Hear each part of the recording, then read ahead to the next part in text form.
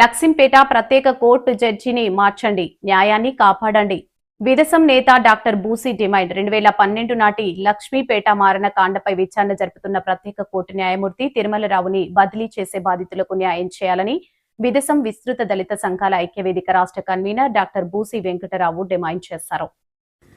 లక్ష్మీపేట మృతుల కుటుంబాలకు న్యాయం కోసం ప్రభుత్వం నియమించిన ఓపెన్ కోర్టు న్యాయమూర్తి వల్ల బాధితులకు న్యాయం జరిగేలా లేదని తక్షణమే న్యాయమూర్తిని బదిలీ చేయాలని డిమాండ్ చేస్తూ ఈ రోజు విదసం నేతృత్వంలో విశాఖ అంబేద్కర్ విగ్రహం వద్ద ధర్నా నిర్వహించారు. ఈ ధర్నాను ఉద్దేశించి వెంకట్రావు మాట్లాడుతూ 2012 జూన్ 12 పొద్దున్నే చద్దన్నాలు తింటున్న మాలపల్లిపై తూర్పు కాపులు బాంబులు, బరిసెలు, కత్తులు, గొడ్డలతో వచ్చి కళ్లల్లో కారం చల్లి కిరాతకంగా చేసిన హత్యాకాండలో 5గురు దళితులు చనిపోయారని గుర్తు చేశారు. నాడు దళిత సంఘాల పోరాటం ఫలితంగా ప్రభుత్వం లక్ష్మీపేటలోనే ప్రత్యేక కోర్టు ఏర్పాటు చేసిందని ఈ 14 ఏళ్లుగా జరుగుతున్న న్యాయ ప్రక్రియ నేడు కీలక దశకు చేరిందన్నారు. లక్ష్మీపేట కోర్టుకు శ్రీకాకుళం సెషన్ కోర్టు నుండి వస్తున్న న్యాయమూర్తి తీరు పలు అనుమానాలకు తావిస్తుంది అని బాధితులు హైకోర్టుకు తెలిపారన్నారు. నిష్పక్షపాతంగా న్యాయం వైపు నిలబడాల్సిన న్యాయమూర్తి హంతకులకు అనుకూలంగా వ్యవహరించడం పలు అనుమానాలకు తావిస్తుందన్నారు.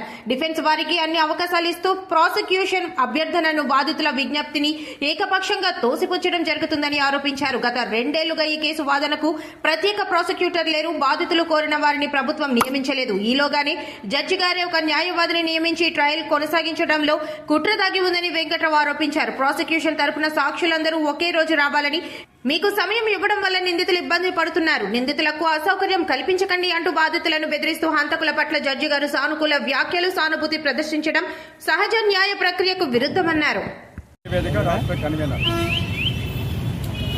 2012 జూన్ 11వ తేదీన విజయనగరం జిల్లా వంగరు మండలం లక్ష్మీపేటలో జరిగినటువంటి మారణకాండ భారతదేశ ప్రజలు ఇంకా మర్చిపోలేదు.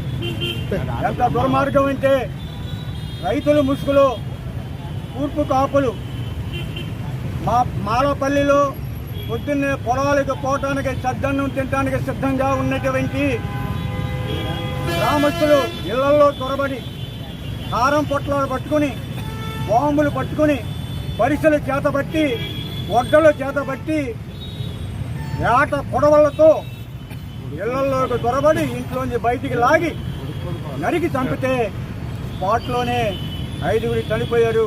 ఇది సంచలనమైన, భారతదేశంలోనే సంచలనమైనటువంటి కేసు. ఈనాటికి 14 ఏళ్ళు అయింది. దాని మీద దళిత సంఘాలు, ప్రజా సంఘాలు పోరాటం మేరకు ప్రభుత్వం ఒక ప్రత్యేక కోర్టును నియమించింది. ప్రత్యేక కోర్టు అంటే మేము కోర్టుకు కూడా వెళ్ళటానికి భయంకరమైన వాతావరణం ఉన్న పరిస్థితుల్లో మా ఇళ్ల మధ్యనే, మా గ్రామంలోనే కోర్టు పెట్టింది ప్రభుత్వం. ఆ కోర్టు ప్రక్రియ సుదీర్ఘంగా సాగుతున్న నేపథ్యంలో అనేక అడ్డంకులు ఎదురయ్యాయి. ఇవాళ విచారణ తుది దశకు చేరుకున్నప్పుడు ఒక కీలక మలుపు తిరుగుతూ ఉంది కేసు. ముఖ్యంగా ఈ మలుపు ఏంటంటే జడ్జి గారి కేంద్రంగా తిరుగుతుంది. సాధారణంగా జడ్జిలు మేము వివాదాల్లోకి తీసుకురాదలుచుకోలేదు, కానీ అక్కడ ఉన్న పరిస్థితులు అలా ఉన్నాయి. ఇవాళ అక్కడ గత 2 సంవత్సరాలుగా పీపీ లేరు. పీపీ లేకపోతే ఆ పీపీ కూడా మేము కోరుకున్న పీపీ రావాలి. పీపీ లేకపోతే విచారణ తాత్కాలికంగా వాయిదా వేయాలి. కానీ జడ్జి గారు ఏమంటున్నారు తెలుసా? పీపీ లేకపోయినా నేను ఒక లాయర్ని వేస్తాను, విచారణ కొనసాగుతుంది అంటున్నారు. ఒక 6గురు సాక్షులు సాక్ష్యం చెప్పాల్సి ఉంది. ఎల్డబ్ల్యూ వారు అందరూ ఒకే రోజు రావాలి, వారికి రోజుకొకరికి, రోజుకిద్దరికి నేను సమయం ఇవ్వను అంటున్నారు. రెండో వైపు డిఫెన్స్ లాయర్ ఏమడిగినా వారికి అవకాశాలు ఇస్తూ ఉన్నారు. ఇవాళ ఎలాంటి విషయాలు మీలాంటి ద్వారా బయట సమాజానికి తెలియకుండా ఉండటం కోసం ఆ కోర్టు చుట్టుపక్కల 144 పెట్టారు, మీడియాని నిషేధించారు. పైగా ఆయన ఏమంటున్నారంటే మీరు తొందరగా తెలుసుకోండి, ఇంతకాలమయ్యా ఆ ముద్దాయిలు తిరుగుతారు, నిందితులు వాళ్ళ మనుషులే కదా, వాళ్ళని హింసించడం సరికాదు అని చెప్పి వాళ్ళ మీద విపరీతమైన సానుభూతి చెప్తారు. అయ్యా జడ్జి గారు, వాళ్ళ మనుషులేనా? మనుషులైతే ఇళ్లలో చొరబడి మనుషులు నడుపుతారా? వాళ్ళు మానవ మృగాలు, వాళ్ళ పట్ల మీరు సానుభూతిగా ఉండాల్సిన అవసరం ఉందా? ఇలా ఉంటే బాధితులకు న్యాయం జరుగుద్దా అని అనుమానం వ్యక్తం చేస్తూ బాధితులు ఇప్పటికే 2 ఫిర్యాదులు హైకోర్టుకి పెట్టి ఉన్నారు. ఆ జడ్జి వల్ల అక్కడ న్యాయం జరగదు. న్యాయానికి అన్యాయం జరుగుద్ది, బాధితులకు అన్యాయం జరుగుద్ది. ఆయన ముమ్మాటికి నిందితుల పక్షాన, హంతకుల పక్షాన ఉన్నాడు. హంతకులు కాపాడటం కోసం అక్కడ ప్రక్రియ జరుగుతుంది. కాబట్టి ఆ జడ్జి గారు మాకొద్దు అని చెప్పి బాధితులు ప్రకటిస్తూ ఉన్నారు.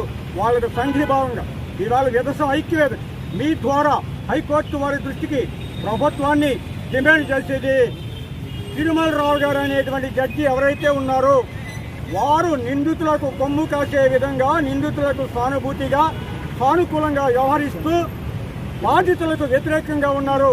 అక్కడ మాకు న్యాయం జరగదు. వెంటనే ఆ జడ్జిని బదిలీ చేయాల్సిందిగా డిమాండ్ చేస్తూ ఉన్నాం.